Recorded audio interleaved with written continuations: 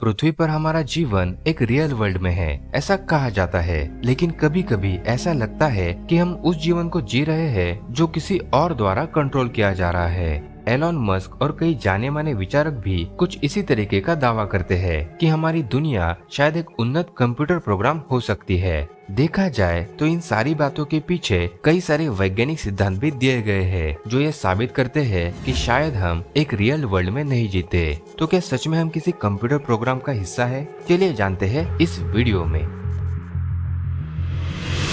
पृथ्वी के इतिहास में कई युग आए और गए, जैसे कि जुरासिक, क्रिटिशियस, कार्बोनिफेरस और डेवोनियन। लेकिन हर युग के साथ एक बात हमेशा से समान रही, इनका अंत बेहद रहस्यमयी और विनाशकारी तरीके से हुआ। तो क्या ये सारी प्राकृतिक आपदाएं थी या कोई छिपी हुई शक्ति इनके पीछे थी? हर युग की शुरुआत और अंत में कुछ ऐसे रहस्य छुपे हुए हैं जो आज भी वैज्ञानिकों के लिए बड़े सवाल खड़े करते हैं। उदाहरण के लिए कार्बोनिफेरस पीरियड, जिसे विशाल जंगलों और विशाल कीड़ों का युग कहा जाता है, अचानक हुए एक पर्यावरणीय बदलाव ने इन विशाल जीवों का नामो निशान मिटा दिया। फिर आया जुरासिक पीरियड, जहाँ डायनासोर का राज था, लेकिन एक उल्कापिंड के धरती से टकराने के बाद ये शक्तिशाली जीव ऐसे खत्म हो गए जैसे वे कभी थे ही नहीं। इसी तरह देवोनियन पीरियड में भी समुद्र में रहने वाले 70% से भी ज्यादा जीव अचानक से गायब हो गए थे। इन सारी घटनाओं को देखकर ऐसा लगता है कि जैसे हर बार पृथ्वी पर जैसे ही जीवन अपनी पकड़ बना लेता है, वैसे ही अचानक से किसी अज्ञात शक्ति द्वारा इसे रीसेट किया जाता है। इसलिए सारी घटनाएं कई सारे सवालों से घिरी हुई है और इन्हीं सारे सवालों से जन्म हुआ सिमुलेशन थ्योरी का।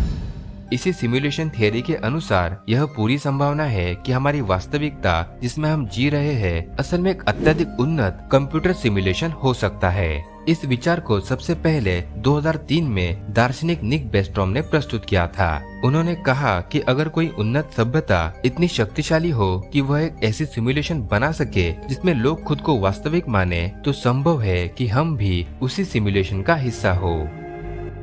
हमारी संस्कृति में कहा गया है कि यह संसार एक माया है जो हमारी आत्मा के लिए एक भ्रम पैदा करती है। यह अस्थायी और बदलती हुई वास्तविकता है जिसमें हम जन्म, मरण और पुनर्जन्म के चक्र में फंसे रहते हैं। सरल भाषा में कहे तो यह संसार की माया हमें वास्तविकता से दूर रखती है। हमारी दुनिया कंप्यूटर सिमुलेशन हो सकती है, यह विचार माया के विचार से मेल खाता है। जैसे माया को एक अस्थायी और बदलती हुई वास्तविकता माना जाता है, वैसे ही सिमुलेशन में भी सब कुछ प्रोग्राम किया हो सकता है जो हमें वास्तविकता का आभास देता है।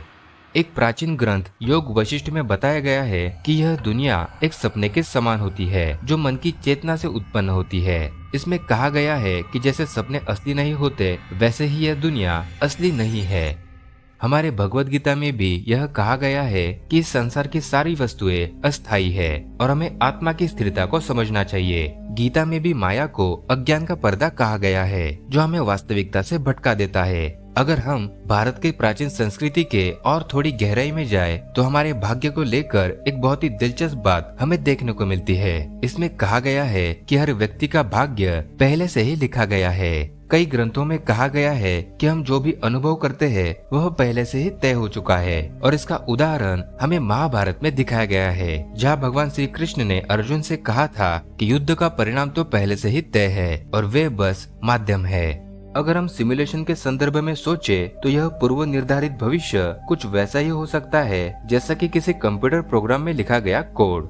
जैसे प्रोग्रामिंग में हर स्टेप पहले से ही सेट होती है, वैसे ही हमारी जिंदगी भी सिमुलेशन में पहले से ही लिखी हुई एक स्क्रिप्ट के अनुसार हो सकती है। लेकिन यह विचार हमें और गहराई से यह सोचने पर मजबूर करता है कि हम कितने हद तक अपनी इच्छा के अनुसार कार्य कर सकते हैं या फिर हमारी सारी जिंदगी बस किसी योजना का हिस्सा है।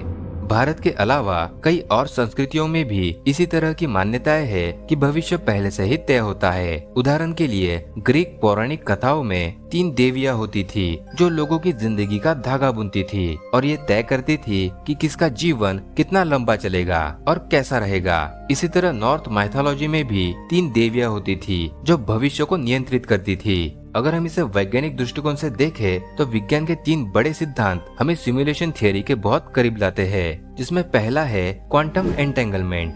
क्वांटम एंटेंगलमेंट वो घटना है जिसमें दो क्वांटम पार्टिकल्स एक दूसरे से इस तरह जुड़ जाते हैं कि चाहे वह ब्रह्मांड के किसी भी कोने में हो, अगर आप एक पार्टिकल में बदलाव करते हैं तो दूसरा पार्टिकल भी उसी क्षण बदल जाता है, मानो ये दोनों भी किसी वायरलेस कनेक्शन के जरिए जुड़े हो। अब इसे इस नजर से देखिए कि अगर हम सिमुलेशन में हैं, तो ये कनेक्शन असल में डेटा कनेक्शन के जैसा हो सकता है, जैसे कि कंप्यूटर में गेम होते हैं जहां एक प्लेयर की हरकत से पूरे गेम की सिस्टम प्रभावित होती है। यानी आपकी सारी हरकतें सिर्फ आप पर प्रभाव नहीं डालती, बल्कि ये पूरे सिस्टम को प्रभावित करती है।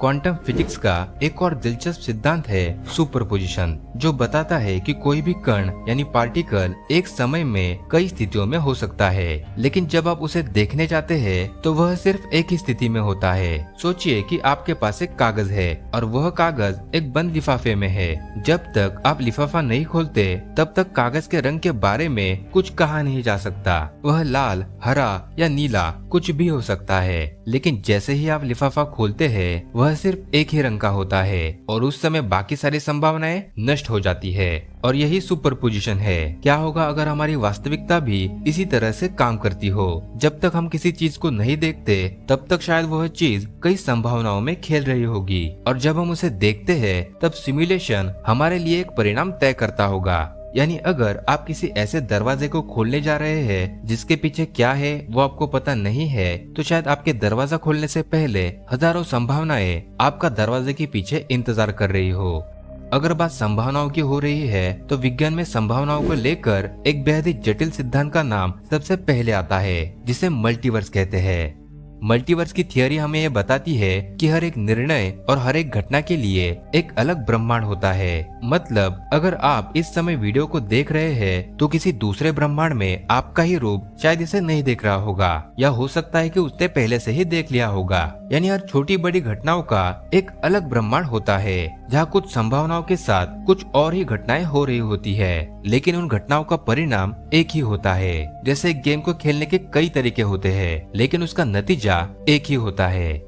आज के इन सभी बातों को देखते हुए शायद हम ये मान सकते हैं कि वास्तव में हम किसी सिमुलेशन या किसी माया में जी रहे हो। लेकिन अब सवाल उठता है कि हमारे इस सिमुलेशन का प्रोग्रामर कौन है? क्या वह एक एलियन है या फिर ऐसी प्राचीन बुद्धिमान प्रजाति जिसने यह सिमुलेशन बनाया हो? हम नहीं जानते और शायद हम कभी जान भी नहीं सकते। शायद हमारी सोच के भी कुछ दायरे हैं जिन्हें हम कभी पार नहीं कर सकते।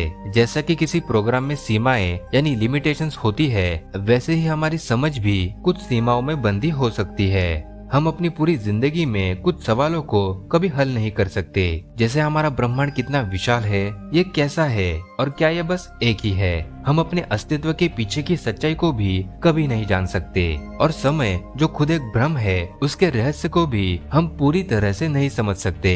शायद ये वही सारे सवाल है जिनसे ब्रह्मांड की सारी जड़ें जुड़ी हुई है, और हो सकता है कि इसी वजह से हमारी सोच को पहले से ही इन सवालों के सामने रोक दिया हो।